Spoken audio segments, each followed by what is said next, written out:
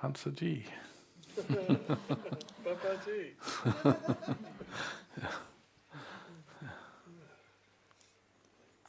Yeah.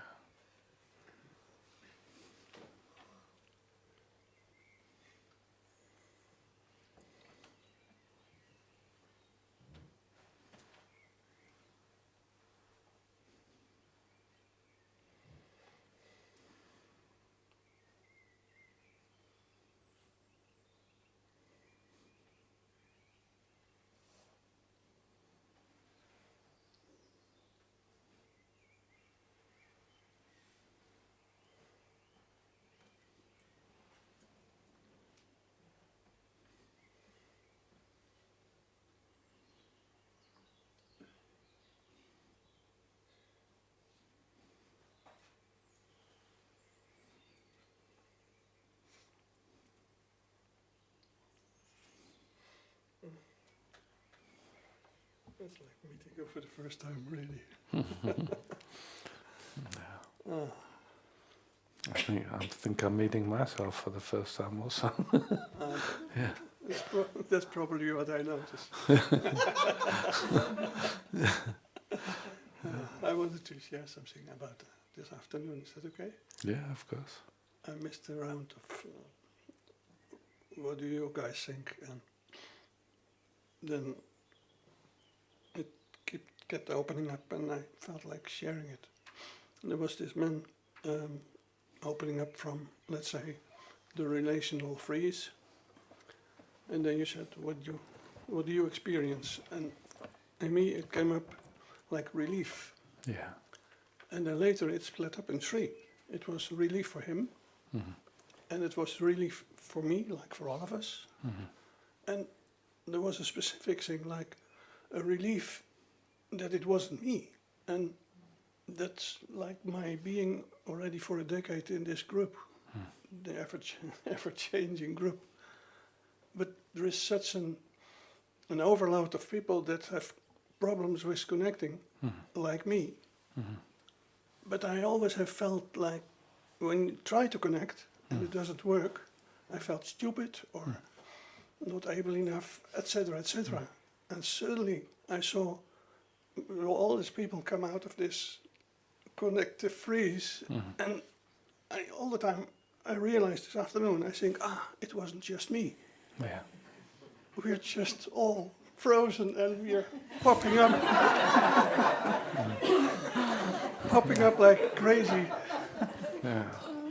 And that was the real relief. Yeah. Yeah. And it's still opening up like Oh, yeah. all this freeze in connectivity is so brilliantly masked behind shining faces, beautiful smiles, and then you fall for the smile and you go a bit too quick to the smile, and it's like, whoa! And I always thought it was me. No, it's the fridge doing this. Yeah.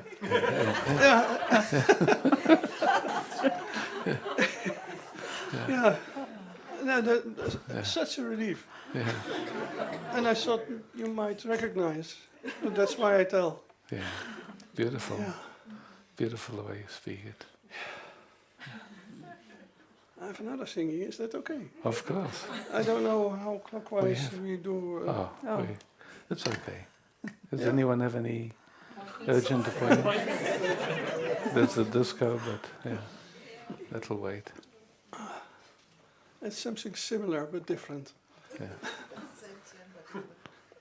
I write quite a lot in the last years on my blog and stuff like that. And basically already for years I was wondering what's happening with this. Let's say there is one country where I want to go, and that's India. But when I go there, I think, fuck, it smells, it stinks, it's this, and it's superstitious, etc. But it's the only place where I want to go. Yeah. And I couldn't find words for it.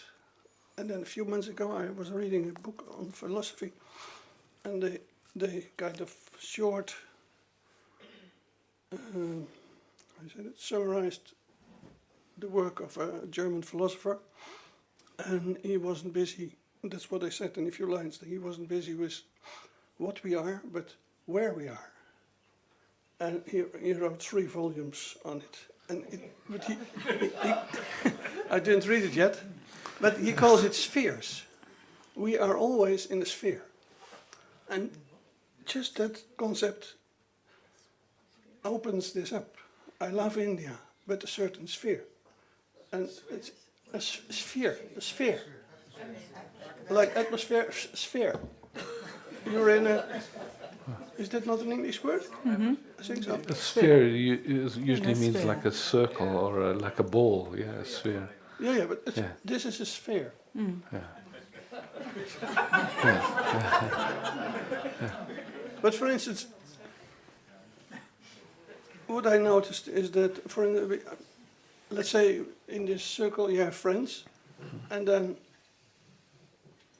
outside I never meet them. I even joked to one of us after he lived in Amsterdam for a year. He used to live far away. And after he lived in Amsterdam for a year, I could joke, if only you lived in Amsterdam, we could meet up for coffee. But it just doesn't happen. And here it does. Yeah. And that's, for some reason, this makes the world more graspable. Yeah. What can I say? You can say a lot, it seems.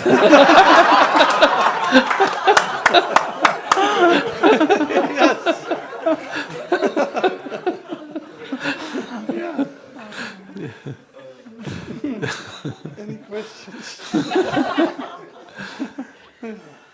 Thank you so much. Thank you, Hans. Yeah. Okay.